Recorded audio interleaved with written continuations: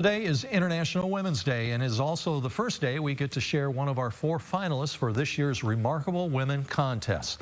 The air dates for the 4 finalists were chosen at random, and the first one up is Christina Crist. She's the executive director of Team of Mercy and is on a mission to end suicide after the death of her daughter, Hannah. Nicole Christine sat down with her to learn more about her passionate dedication to mental health.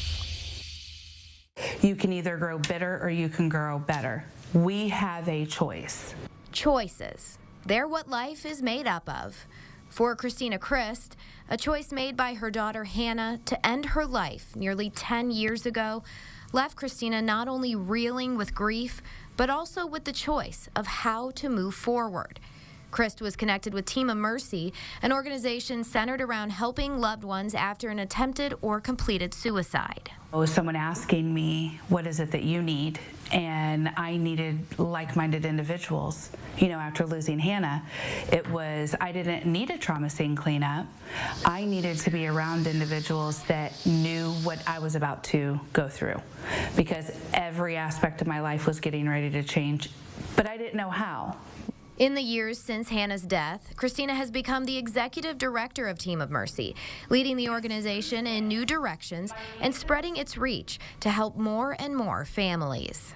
To see how much Team of Mercy has grown, the thousands of individuals that Team of Mercy has helped and provided thousands of dollars worth of mental health services, trauma scene cleanup services, prevention, like all of the prevention that we've been able to offer businesses, organizations, and the children, you know, because Hannah was 15. Christina has dedicated nearly a decade of her life now to spreading awareness about mental health to people of all ages. But she is quick to credit the rest of the Team of Mercy team and the countless volunteers at Team of Mercy events. You can't do everything by yourself, right? I might be the face, I might be the one that everybody recognizes, but there's a whole slew of people right alongside of me.